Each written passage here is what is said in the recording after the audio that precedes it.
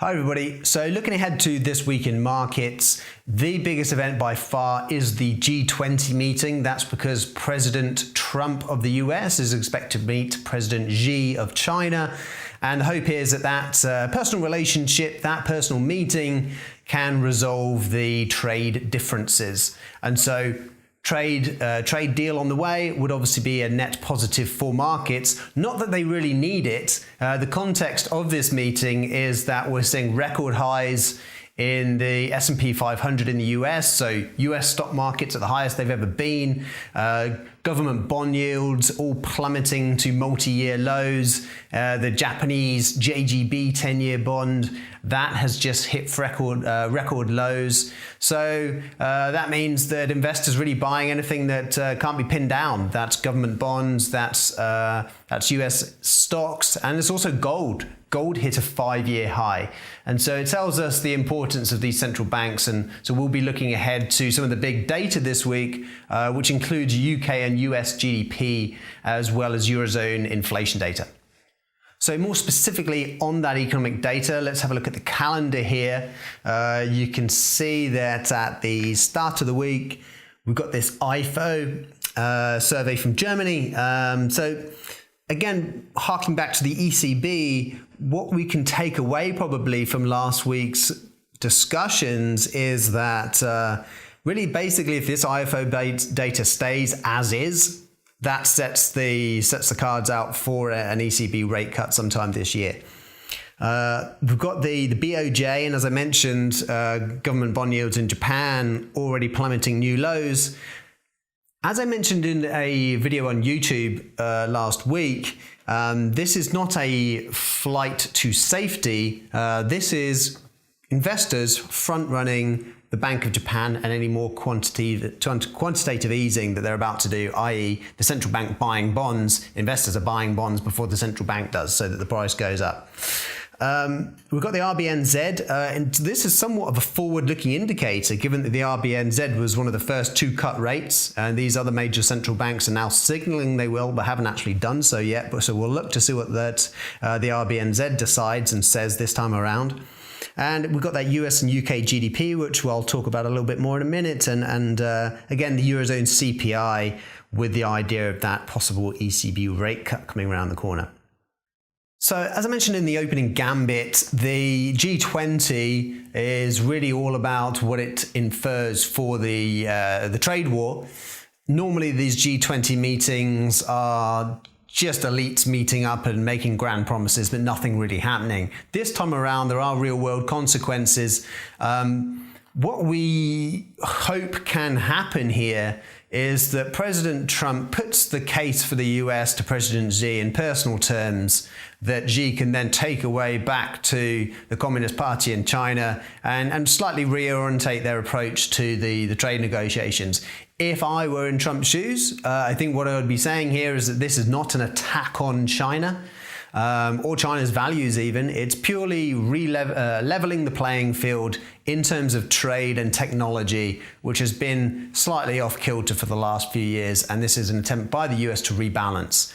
If Xi believes that, then we are setting, that would be a big step towards a resolution of the trade conflict and some sort of trade deal between the US and China.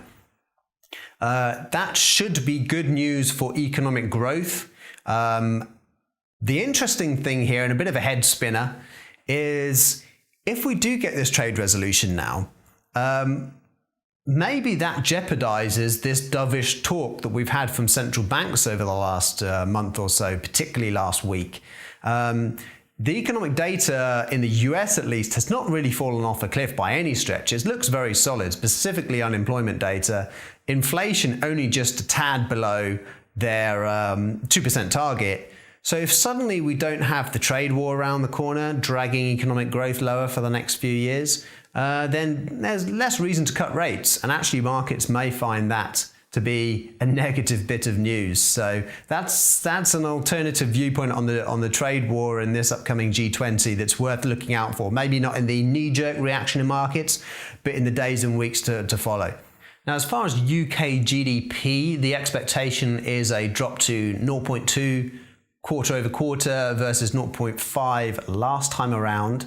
So obviously a deceleration in economic growth. We're looking at this in the context of Brexit, obviously.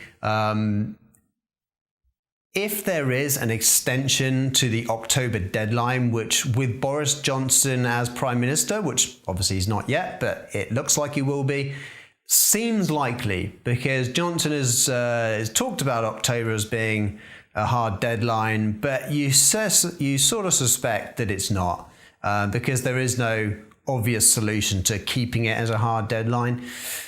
So if the deadline gets pushed back, that gives the Bank of England more time to raise interest rates. So if you get some better than expected data here, that's positive for the pound, and especially in the context of the dollar falling, which it has done in the wake of that Fed meeting, then you get another little extra boost for the pound there. The other way of looking at things here is that if UK growth does exceed too much to the upside, so if we're able to maintain something close to that 0.5% quarter over quarter growth that we had in the previous quarter, then actually that might embolden Boris Johnson and other Brexiteers who are prominent in the Conservative Party to push for a no-deal Brexit because the economy's on strong footing. So that's a potential downside risk to sterling, which may cap the upside somewhat if we do get some sort of rebound and positive data. Obviously, vice versa holds. If it's weak data, you would say that probably, again, takes the steam out of any rise in the pound against the dollar and probably puts further pressure on the pound against currencies like the yen. US GDP data also interesting from a political context. If we do get some soft numbers out of the US, then undoubtedly, if not immediately, at some point following, you're going to get some sort of criticism of the Fed by Donald Trump. Trump has obviously honed in on the Fed as an excuse for why the economy isn't performing better. From his perspective, he's done all the right things, done the tax cuts, reduced regulation, but the Fed has been raising interest rates and took some of the steam out of the rise in the US economy. So if we see that proved in the data, you can expect Trump to respond. And the reason I mention that is that it seems to have worked last time. Trump directly criticizing the Fed, saying there should be more rate cuts in QE.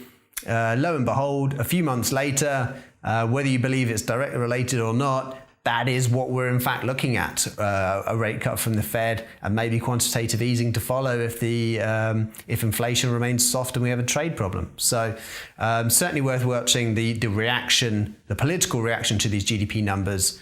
And of course, if they are soft, then all the more excuse for the Fed to cut rates. If they're strong, you could probably argue that we're in a good news is bad news scenario, given the big lift we've had in markets this week. We don't want any kind of downside risk to that chance of a rate cut from the Fed this year.